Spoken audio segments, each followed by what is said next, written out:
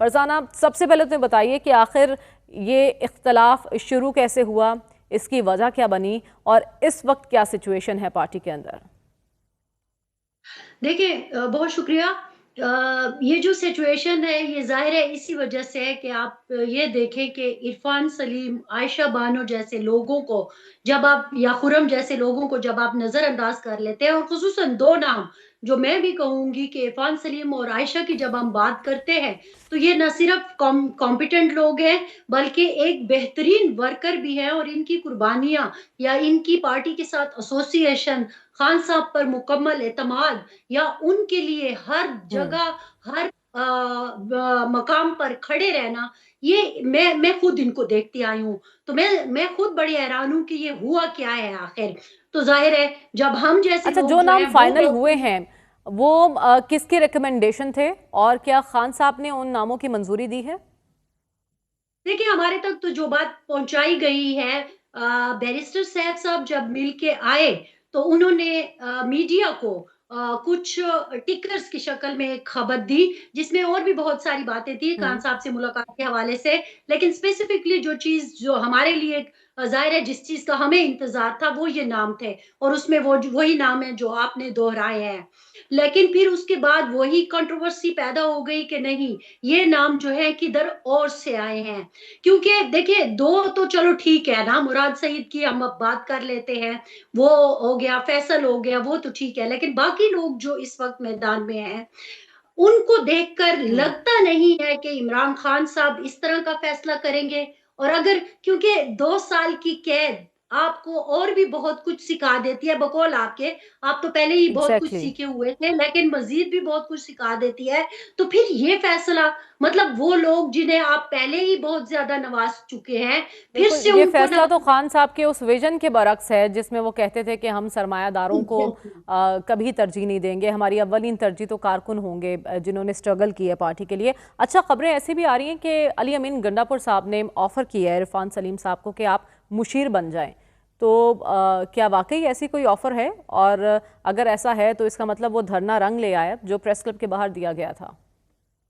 देखिए 27 लोगों को पहले भी इस चीज़ के ऊपर या इस खौफ के ऊपर नवाज़ा गया है, जो आपने भी देखा, हम सब ने देखा, तो इरफ़ान सलीम को नवाज़ने का भी कोई बड़ी बात नहीं होगी। अली अमीन साहब पिछले कई काफ़ी अरसे से बहुत सारे लोगों को कभी मावन ख़ुसूसी बना लेते हैं, तो कभी मुशीर बना लेते हैं, तो पार्लिमानी सेक्रेटरी बना लेते हैं, ताकि लोगों का मुँह बंद किया जा सके।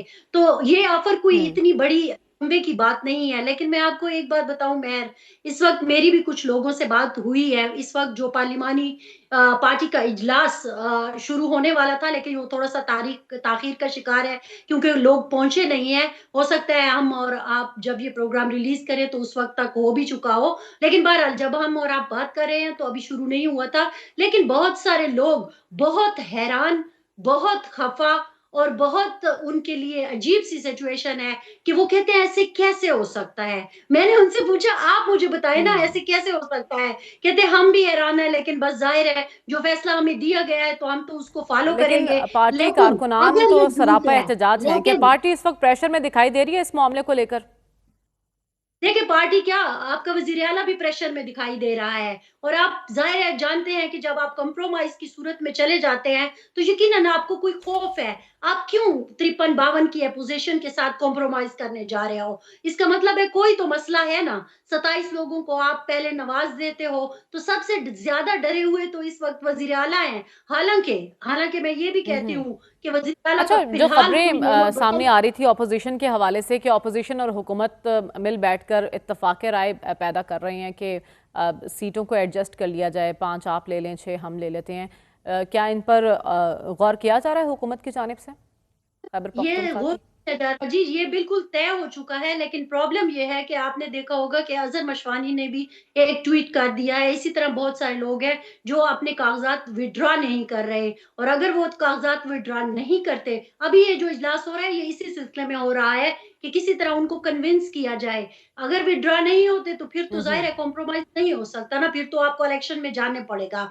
लेकिन इलेक्शन में जाना खुद पाकिस्तान तहरीक इंसाफ के लिए वो सवालिया निशान बन सकता है, जिसकी वजह से जो खौफ है, जिसकी वजह से ये कॉम्प्रोमाइज़ की सूरत हाल सामने आई है। वरना आप देखें कि अच्छा, आपके इरफान पास नए सलीम साहब का इस वक्त क्या स्टांस है? वो ये ऑफर कबूल कर रहे हैं या कागजात नामजदगी वापस लेंगे, या वो अपने कारकुनान के साथ हैं?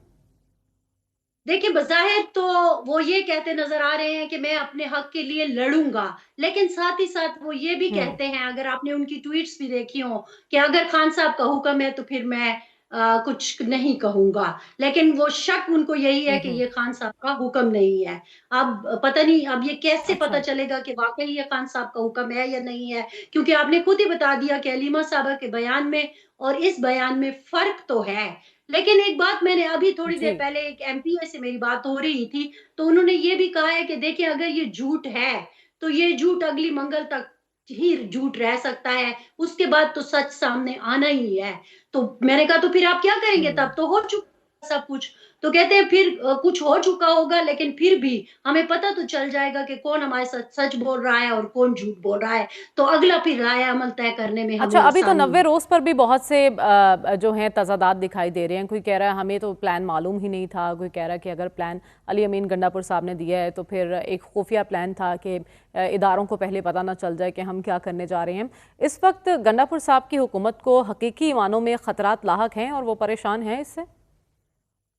देखिए, मैं यकीनन ये सारी सिचुएशन तो यही है ना कि अगर आपने सेनेट इलेक्शन में कॉम्प्रोमाइज़ नहीं किया और सिचुएशन किसी और सूरत हम्म। में आपके सामने आ जाती है, तो फिर आगे मामला और भी खराब हो सकता है, तो ये डर तो है।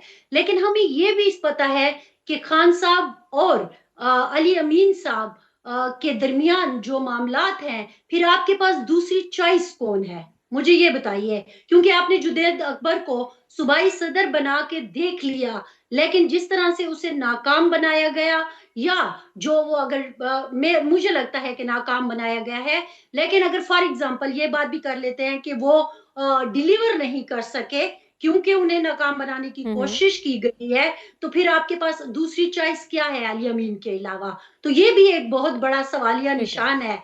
ब्रिज एक है, बहुत अच्छा, सारे मामलात अभी तो हैं जो 5 अगस्त की कॉल दी है, लेकिन उससे पहले 21 जुलाई का मार्का है सेनेट इंतखाबात का। लेकिन उसके लिए इजलास बुलाना ज़रूरी था और इतने हीले बहाने किए गए हुकूमत की जानिब से। क्यों ताख़ीर की गई इजलास बुलाने में? अब तो 20 जुलाई को इजलास बुला लिया गया है, लेकिन अब तक इतनी ताख़ीर क्यों रही? देखिए, पहले तो इन्हें यही था कि शायद ये फैसला जो है उनके हक में आएगा या वो कुछ इस तरह के मामलात हो जाएँगे, लेकिन बात तो किसी सूरत बन रही रही। हर हाल में, क्योंकि आप हम्म। कोर्ट में चले गए थे अपोज़िशन, और फिर वहाँ पे आपको पता है कि एक तरीका है कि हल तो लिया जा सकता था, तो इसीलिए मजबूरन उनको ये सारा कुछ करना पड़ा। और मैं आपको दोबारा यही बात कर रही हूँ कि जब कंप्रोमाइज़ की सूरत में आ गए हैं, तो आपको एक फ़िक्र हम्म। लाहक हो गई है, और जिस तरह के बयानात आना शुरू हो गए थे विदिन पार्टी, तो वो एक मिसट्रस्ट तो था ना, तो उसी चीज़ के लिए ये सारा हम्म। कुछ जो है अब किया जा रहा है। तो और अगर मुझे सेनेट मेरी इलेक्शन तरफ से में ये भी कॉम्प्रोमाइज किया जा रहा है तो फिर 5 अगस्त का मार्का कैसे उसको पार करेंगे, अगर सेनेट इंतखाबात में ये हालात हैं तो? मेहर मेरे हमारे ज़राए हमें ये भी बताते हैं कि अली अमीन ने ही जो शख्सियत मिलने के लिए गए थे, उनके ज़रिए ये पैगाम खान साहब को भेजा था कि अगर हम इस कंप्रोमाइज़ में नहीं जाएँगे, तो हमारी हुकूमत के लिए खतरात पैदा हो सकते हैं। तो इसलिए बेहतर यही होगा हम्म। कि हम इस तरह की सिचुएशन को क्रिएट ही ना होने दें, क्योंकि हमारे अंदर कुछ लोग जो हैं वो इख्तिलाफ पैदा कर रहे हैं। और ज़ाहिर है खान साहब को जो तस्वीर पेश की गई है, उसके बाद उन्होंने ये फैसला किया।